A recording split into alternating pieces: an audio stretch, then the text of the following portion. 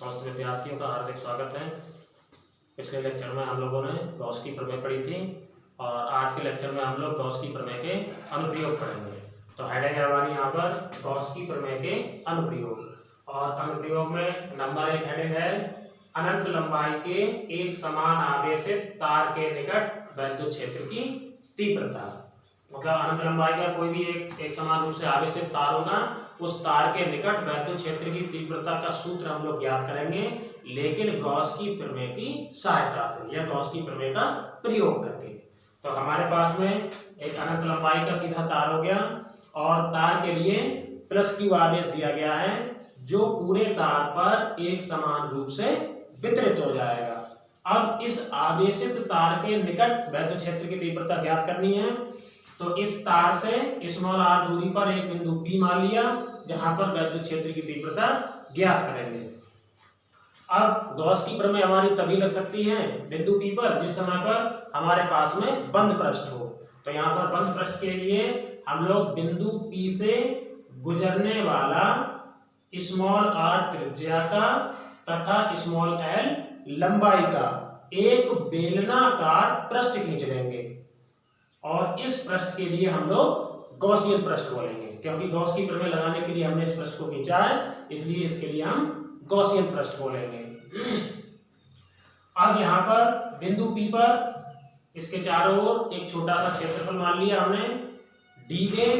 तो क्षेत्रफल जो हमारा dA होगा यहाँ पर, तो इधर की साइड इस तरह से है, ये यहाँ पर है, तो इसका मुंह इधर को हो गया, मतलब दिशा इधर के लिए होगी। इस वजह से इसका क्षेत्रफल सदिश वेक्टर dA आगे की ओर हो जाएगा और धनावेश के कारण विद्युत क्षेत्र की तीव्रता वेक्टर E वो भी आगे की ओर हो जाएगी। इस वजह से बिंदु P पर वेक्टर dA और वेक्टर E दोनों ही एक ही दिशा में रहेंगे, इस वजह से दोनों को एक ही दिशा में बना दिया है। अब इस तरह की स्थिति दोनों साइड के प्रश्नों पर रहेगी, मतलब चारों ओर के प्रश्नों पर इस तरह से रहेगी। लेकिन यहाँ पर बेलनाकार पृष्ठ का एक समतल पृष्ठ ये हो गया, दूसरा समतल पृष्ठ ये हो गया।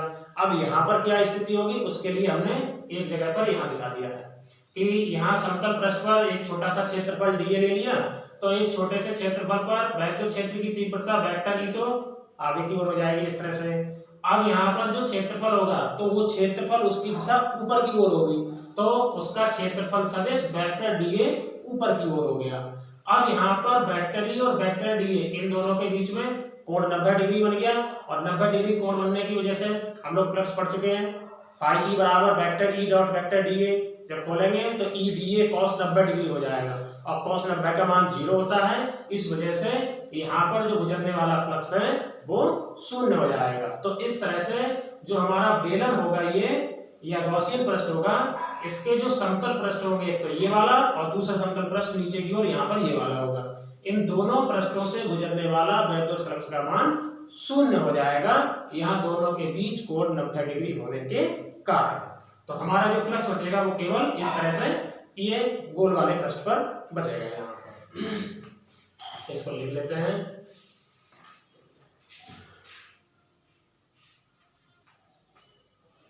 माना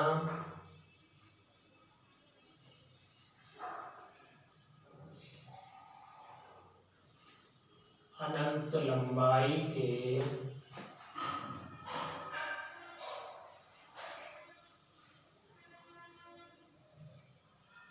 एक समान आवेशित तार को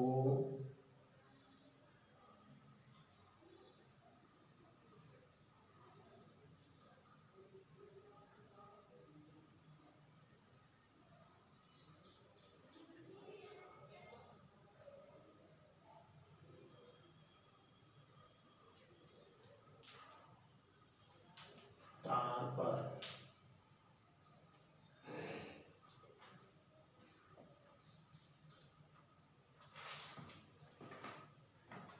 रेखीय आवेश घनत्व लैम्डा है। माना अनंत लंबाई के एक समान आवेशित तार पर रेखीय आवेश घनत्व लैम्डा है तथा तार पर प्लस क्यू आवेश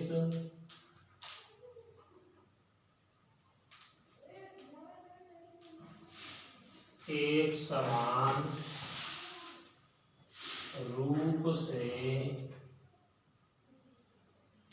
वितरित है। माना तार के निकट स्मॉल r दूरी पर एक बिंदु कैपिटल P है जिस पर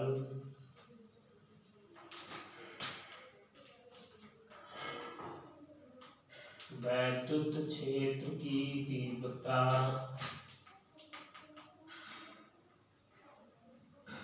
ज्ञात करनी है।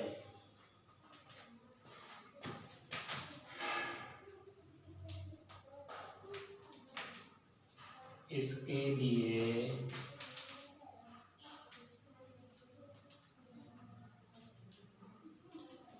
बिंदु P से गुजरने वाला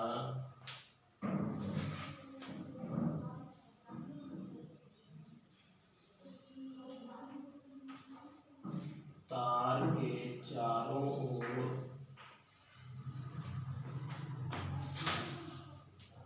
एक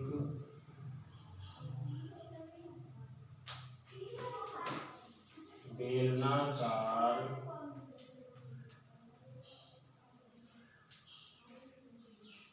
गॉसियन पृष्ठ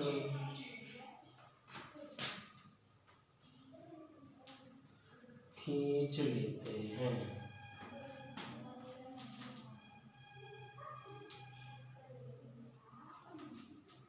इस पृष्ठ के प्रत्येक बिंदु पर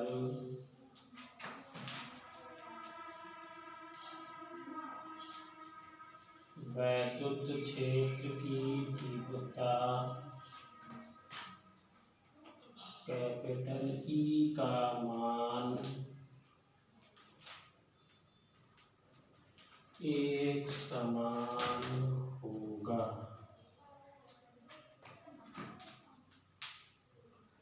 माना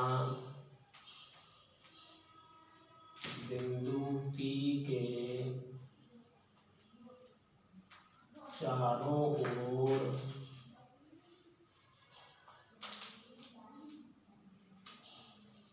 एक अल्पांश क्षेत्रफल dA है जिसका क्षेत्रफल सदिश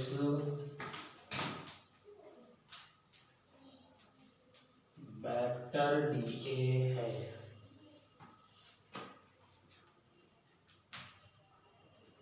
बिंदु P पर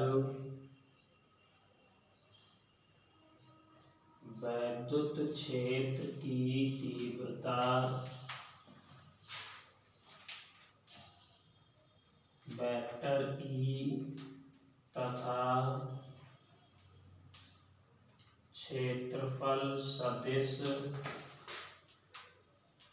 वेक्टर dA एक ही दिशा में होंगे।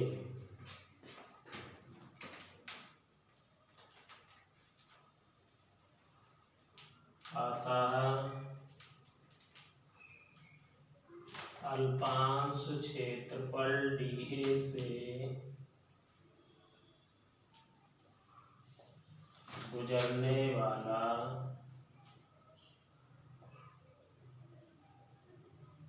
वैद्युत फ्लक्स देखेंगे जरा।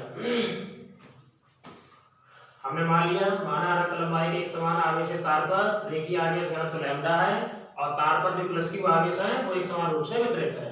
माना तार के निकट स्मॉल r दूरी पर एक बिंदु P है जिस पर वैद्युत क्षेत्र की तीव्रता ज्ञात करनी है।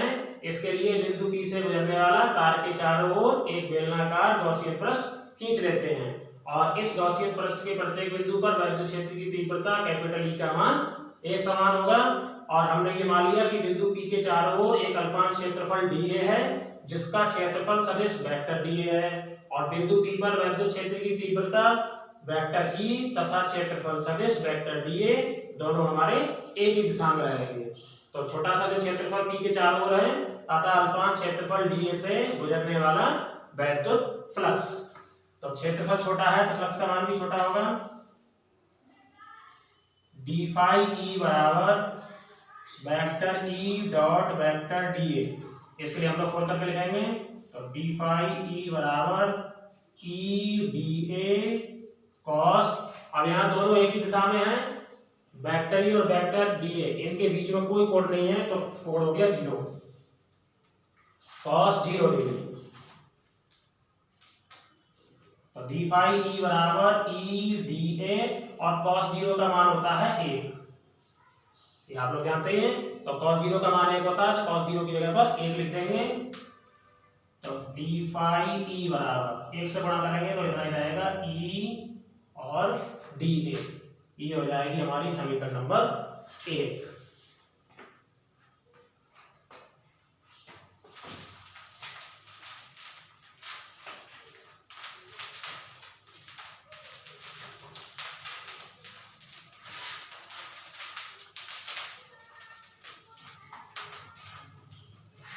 देखेंगे इसके आगे। अब इतना मान तो हो गया हमारा छोटे से क्षेत्रफल से। अब पूरे पृष्ठ से अतः संपूर्ण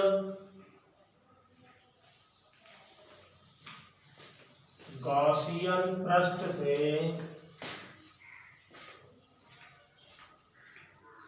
गुजरने वाला कुल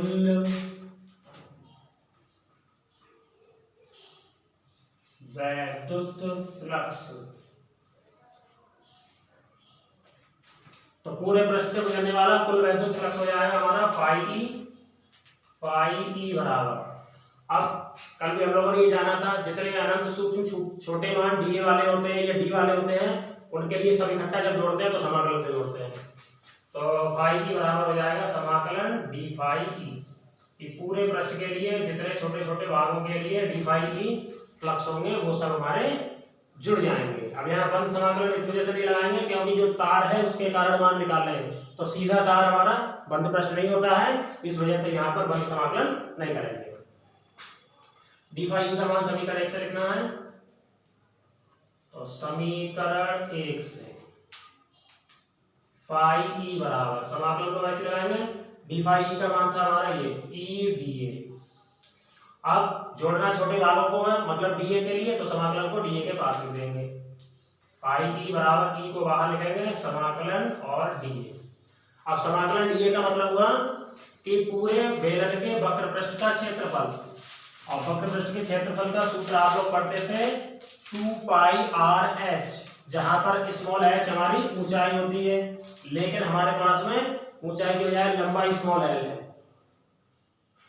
तो वक्र पृष्ठ का क्षेत्रफल हो जाएगा 2 पाई आर एल। चूंकि समाकलन डीए बराबर हो जाएगा 2 पाई आर एल, ये मान आगे आ जाएंगे इसलिए फाई ई बराबर ई को वैसे लिख देंगे, इसकी जगह पर गुणा में हो गया 2 पाई आर एल, ये हो जाएगी समीकरण 2। अब गॉस की प्रमेय का प्रयोग करेंगे। गॉस की प्रमेय से, अब गॉस की प्रमेय का सूत्र होता था कल पढ़ा था फाई ई बराबर क्यू बटे एप्सिलॉन नॉट, समीकरण हो जाएगी 3।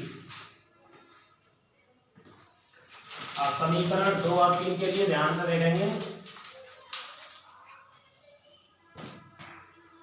समीकरण 2 फाई ई बराबर, समीकरण 3 वो भी फाई ई बराबर, दोनों फाई ई के मान हैं, दोनों को बराबर कर देंगे और इसको लिखेंगे पहले, यहाँ पहले लिख देंगे समीकरण 2 व 3 से, 2 और 3 से इसको पहले लिख दो E गुणा 2πRL और बराबर में इनको लिख दो Q/ε0। हमें E का मान चाहिए था तो 2πRL आ जाएंगे बटे में, इसलिए E बराबर Q/2πRL/0 इतना बन जाएगा। अब यहाँ पर इसको थोड़ा अलग तरह से अलग अलग लिखेंगे, ऐसे लिखेंगे 1/2πε0 और R, बाकी के Q/L को अलग लिखेंगे। देखेंगे 2π और ε0 और R को यहाँ लिख दिया, Q और L, Q/L को अलग कर दिया। अब हम लोग एक चीज ये जानते थे पीछे, चूंकि Q/L बराबर होता है लैम्डा, रेखीय आवेश घनत्व होता था, वो मान रख देंगे यहाँ, इसलिए E बराबर 1/2πε0R और Q/L बन गया हमारा लैम्डा गुणा लैम्डा, या इसको थोड़ा सही करके लिखेंगे ऐसे E बराबर 1/2 से तो नीचे गुणा करेंगे और 2 से ऊपर गुणा करेंगे, तो नीचे हो जाएंगे हमारे 2 दूनी 4 4πε0R और यहाँ गुणा में ये हो जाएंगे हमारे 2 लैम्डा। अब इस R के लिए इनके बटे में लिख दो, तब E बराबर 1/4πε0 2 लैम्डा और बटे हो जाएंगे R। इसको सदिश रूप में लिख सकते हैं, सदिश रूप में वेक्टर E बराबर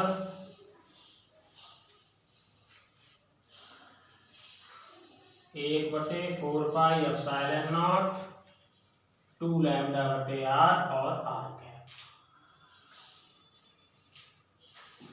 जरा एक बार फिर से समझ लेंगे, संपूर्ण गॉसियन पृष्ठ से गुजरने वाला कुल वैद्युत फ्लक्स फाई E बराबर समाकलन d फाई E, समीकरण 1 से d फाई E का मान रख देंगे E dA। अब समाकलन को उठाकर के dA के पास रख दिए तो E यहाँ जाएंगे, समाकलन dA हो गया। अब समाकलन dA का मतलब हुआ 2πRL, वो मान रखेंगे यहाँ, तो फाई E बराबर E को वैसे लिख दिया, इसका मान हो गया 2πRL, समीकरण 2 हो जाएगी। गॉस की प्रमेय से फाई E बराबर Q/ε0, समीकरण 3, समीकरण 2 और 3 दोनों फाई E के मान बराबर करेंगे, तो समीकरण 2 और 3 से इसको पहले लिख दिया, समीकरण 2 को बराबर समीकरण 3 लिख दी। E का मान चाहिए 2πRL पहुंच जाएंगे बटे में, तो E बराबर Q और बटे में आगे 2πRL और ε0। यहाँ पर E बराबर 1/2πε0R, इनको तो अलग लिख दिया, बाकी के Q/L को अलग कर लिया। अब Q/L बराबर होता है हमारा लैम्डा, इसलिए E बराबर इतना हिस्सा वैसे लिख देंगे और Q/L की जगह पर हो जाएगा लैम्डा। 2 से नीचे गुणा कर लेंगे, 2 से ऊपर, तो जो हो गया 2 दूनी 4, तो E बराबर 1/4πε0R, जो हो जाएंगे 2 लैम्डा। यहाँ R के लिए लैम्डा के बटे में कर देंगे, तो E बराबर 1/4πε0 और बाकी के 2 लैम्डा और बटे हो जाएंगे R। इतनी हो जाएगी सीधे तार के निकट विद्युत क्षेत्र की तीव्रता।